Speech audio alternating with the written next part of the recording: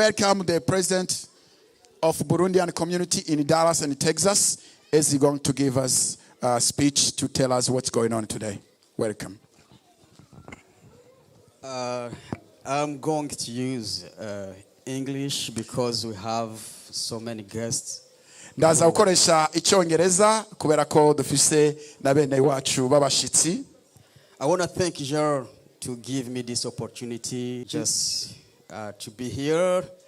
I know tariko bwawe mwishwanje ntacyo koreka.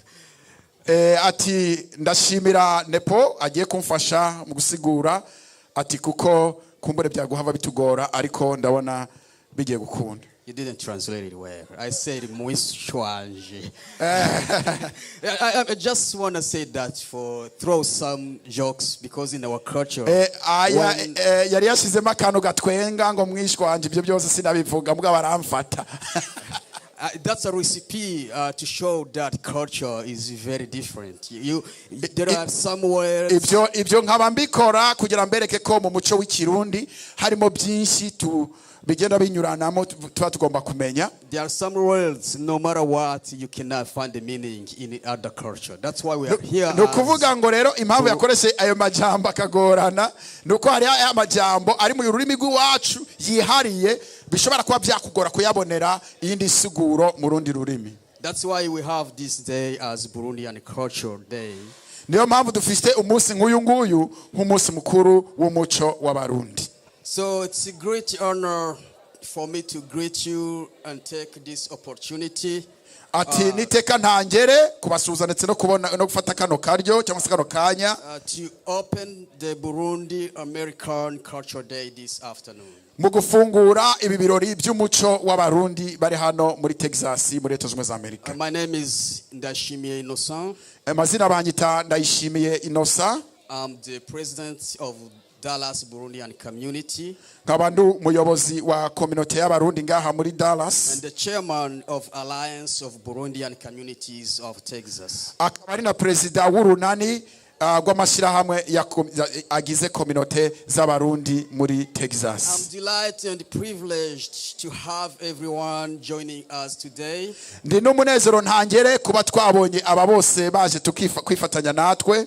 And I hope that you will take this opportunity to interact with everyone here and share your thoughts and experience about this beautiful American standard of cultural diversity inclusion. Ati nukuvuga ati rero nibaza yuko bashitsi bahire muri turabashimiye ko mwaduteteka mukaza kandi ngire mpere ko mvuga ati ikababera karyo ko kubonana na bano bantu kugira ngo mubashe kuganira musangire ibyiza by'imico icanga canze ngaha muri kino gihugu cya Leta Zunze za Amerika. This diversity inclusion is the main reason we are here today. Uru rucange rw'imico cyangwa se ububwiza bw'imico itandukanye nicyo cyaduteranije uyu munsi. I want to extend my special thank you to all our guests and acknowledge the presence of distinguished community and church leaders. Ndagira ngo mbonera akanya kugira ngo nshimire abarongozi cyangwa se abashitsi baturutse hirya no hino cyane cyane abahagarariye amakominote atandukanye akorera hano muri Texas. Pastors, evangelists, priests, sheikh and imams.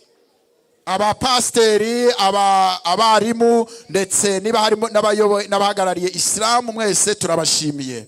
And I would like to thank the sponsor of this event, mostly the community of Burundian here in Dallas. Ndashimiye cyane abaterankunga bakoreza ibishoboka byose kugira ngo uru rubanza rubashe kubaho cyane cyane abo nabo akaba ari community cyangwa se umuryango mugari w'abarundi bari hano muri Texas. I'm so honored to acknowledge the president and the vice president of Burundian Community of Houston who are here. Please stand up. Ndagira ngo uyu mwanya nshimire president wa community y'abarundi baba muri Houston ngira ngo ahaguruke kugira ngo tumwakire. Byaguruke tumwakire.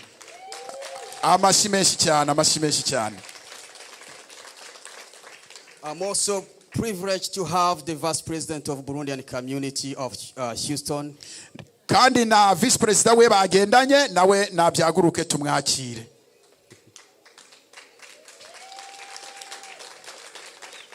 I'm also very privileged to have the Secretary of Consultative Committee of Alliance of Burundian Communities in Texas. Emmanuel, please stand up. Reka nsabe umunyamabanga mukuru wa w'urunani rw'amashyirahamwe y'abarundi aba muri Texas nawe nuri yarangije kudusuhuza. I'm also pleased to have Pastor Robbie joining us today. Ndiniteka ndishimye cyane kubona Pastor Robbie nawe ari hano mu muhamashi menshi cyane nawe. I'm also grateful to have Miss Loving joining us today. Na kandi niteka ryo nishimiye cyane kuba Miss Loving ari hano nawe yagize uruhare runini cyane mu bana bacu cyane cyane ku mashure. I'm also very grateful to have the local community member like Safari, the president of ICG Itara Community Group. Ati uriya nawe numwe mu bayobozi bayoboye community yitwa Itara nawe turanezerewe kuba ari kumwe natwe. As we move on to the matter of fact of today, ubwo dukomeza kubiranga ubyuyu munsi, I want to talk a little bit about culture. Ndagira mvuge gatoya ku muco. Culture awareness and tradition play essential roles in helping young children develop a positive sense of identity and build self-esteem. Nukuvuga ngo umuco ntago twakwirengagiza uruhare rwawo mu bijyanye n'imikurire y'umwana se nuko urera umwana no kuba mumuha kwiyumvamo akanyarigabo. It's also a tool to heal and repair the homesickness because of a sense of feeling identified to the true nature of oneself. Nukuvuga ngo ibyo byose by'umuco bituma abantu bimenya ndetse kabyanamufasha kuba byamufasha no kugubwa neza no mu yandi magara bivanye no kumenya uwariwe. This event is significant because it gives us the opportunity to appreciate the hospitality and the core values of American culture. Ati uyu ni umuco ukomeye cyangwa se ibintu byiza cyane kuko bituma twigina cyangwa se twishimira ubugwaneza cyangwa se n'urugwiro rw'umuco w'abanyamerika waduhaye ikaze ngaha. You know, the American culture of hospitality is the reason why we are here celebrating our culture. Kubera ko abanyamerika bagize urugwiro bakatwakira niyo mpamvu turi ngaha. So the main goal of this event today is to validate our identity. Intumbero y'uyu munsi nyamukuru ni ukwibutswa cyangwa se kumenya abo turibo. And reinforce our culture in our new blending Burundi American generation. Cyane cyane muri uyu muco mushasha dufise aho twitwa abarundi baba muri Amerika. Abarundi b'abanyamerika. For those who don't know Burundi, let me talk a little bit about Burundi. Kuri benshi mutazi uburundi reka ndababwira uburundi. Burundi is a country referred to as heart of Africa. Uburundi ni igihugu kizwi nk'umutima wa Afrika. Why? Because of its shape and its geographical location. Bitewe nuko ikarita yabwo iteye ndetse naho buherereye. It's located in the Great Lakes of Africa. Uruherereye mu karere k'ibiyaga bigari muri Afrika. Bordered by Democratic Republic of Congo. Ikaba ituranye n'igihugu kiharanira intwaro rusange ya Congo. Rwanda. Tanzania. And it's almost the size of Maryland and has an estimated population of 11 million. Ugereranije abaturage ba Burundi bavuga ati ko bashaka gushika kuri miliyoni 11. So the state of Texas massively received the refugees from Burundi since 2007. Leta zunze ubumwe za Amerika hano mu ntara ya Texas batangiye kwakira abarundi ku bwinshi mu mwaka wa 2007. The majority of us were like forgotten beings. Tuvuge yuko mbere yuko twakirwa twavuga ko abenshi muri twe twaribagiranye nkaho mengo tutari abantu. A lot of Burundi fled in 1972.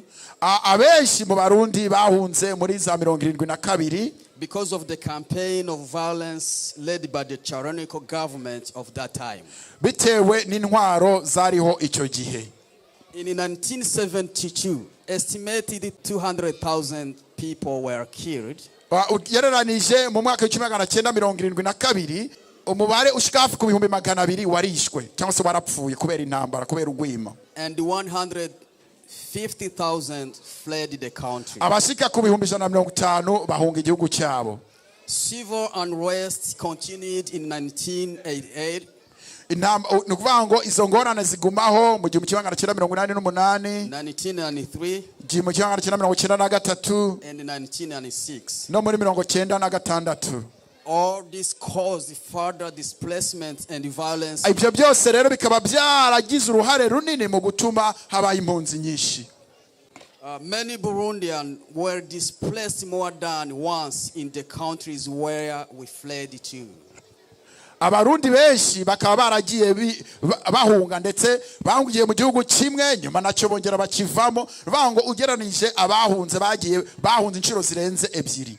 We were displaced in Congo. Harabahungiye Congo. We were displaced in Rwanda. Harabari barahungiye mu Rwanda. Tanzania. And many Burundians, me included, have spent our lives in exile where most of us were born. Nukuvuga ngo abenshi ubona bavukiye mu buhungiro ni nabo bakuriye. Nukuvuga ngo ubuzima bwabo bwabaye bw'ubuhunzi gusa. While we were struggling to find a shelter and where we could call home, mu gihe twarimo dushakisha aho twaba cyangwa se twakwita mu rugo, the United States heard our cry and allowed us the opportunity to become human again. Aho rero niho umuryango w'abibumbye wagerageje gushakisha uburyo twakongera guhabwa uburenganzira bwo kwitwa abantu ukundi gusamo. The state of Texas, precisely here in Dallas, welcomed us. Ati rero intara leta z'ubumwe za Amerika cyane cyane intara ya Texas baratwakiriye. Let me remind you what is a refugee. Reka ndabibutse impunzi yariyo. Unlike immigrant who leaves his country and goes to foreign country for such of opportunity, bitandukanye n'abandi bantu babimukira ava mu gihugu ciwe akajya gushaka ubuzima mu kindi gihugu, the refugee is someone who has left his home country. Impunzi n'umuntu yakuwe mu gihugu cye because of war, ahakuwe n'intambara, violence, n'irindi hohotera, persecution, ihohoterwa, often without warning. Kandi ibyo bikaba nta guteguzwa cyangwa se guhitishwamo. So there is no doubt that the local community contributed for our success in this state. Nta nkeka twavuga tuti abaturanyi ba hano bagize uruhare runini byo kugira ngo tube tugeze aho tugeze. The Burundian community of Dallas carries this burden to pay back. Kandi abarundi bari hano muri Dallas natwe turifuza ko umunsi umwe natwe twazagira uruhare mu kwishura ibyo twahawe cyangwa se mu gufasha abandi mu iterambere nkuko nabo badufashije. The local community has done extremely work to make us succeed. Nuvango ababanyi twasanze hano bakoze ibishoboka byose kugira ngo tube twabasha kwiteza imbere. This is because of a culture. Ariko ibyo byose no kubera umuco wabo mwiza cyangwa umuco. The culture of hospitality. Umuco w'urugwiro cyangwa se ubugwaneza. And in the Burundian culture also we have this kind of hospitality. Ibyo natwe mu Burundi turabifise ibyo kugira urugwiro. That's why we have what we call ubuntu. That's why we have what we can translate into niyo mpamvu dufise icyo twita niwe wanjye humanity. Niyo mpamvu dufise icyo twita ubuntu. Yavuze ubuntu bitanumva kanjyanye mu Cyongereza. Okay. As our community, our goal is not to be the burden to this beautiful land. Kandi intumbero yacu nkatwe ntabwo ariyo kugira ngo tube umuzigo kuri kino gihugu. Our goal is to be the solution. Intumbero yacu no kugira ngo natwe tube muri bamwe batanga ibisubizo by'ibibazo bihanze kino gihugu. And we need to be part of the solution finder. Kandi natwe tugomba kuba mu bashaka ibisubizo. We need to be part of each decision maker. Tugomba kuba mu ngingo zose zifatwa cyangwa se mu byemezo bifatwa. whether it affects us as residents or as citizens. byaba bituraba nk'abaturage nk'abatuye hano cyangwa se nk'abanyagihugu ba kino gihugu. So we are the root in this country. No kuvuga ngo turi umuzi muri kino gihugu. You know, the root to grow needs minerals in its surrounding. Kugira ngo umuzi ukure uba ukeneye intungamubiri kugira ngo ubashe gukura. The local community is our minerals. No kuvuga ngo rero twavuga ko bano babanyi bacu aribo ntungamubiri zacu. We can't succeed without partnership and working together. Ntidushobora gutera imbere mu gihe twaba tudafatikanyije nabo. That's why we need your support than ever. Niyo mpamvu dukeneye gufashanya. Thank you so much. Murakoze cyane. I appreciate everyone who was able to show up. Ndagira ngo nshimire abantu bose mwagize uruhare mukaza hano. This is the great honor you showed and love you showed to the Burundian community. Nagateka mwateye community y'abarundi hano. God bless you. God bless America. Imana ibahezagire kandi Imana ihazagire igihugu cyacu cya Leta Zunze Ubumwe za Amerika. Thank you. Murakoze cyane.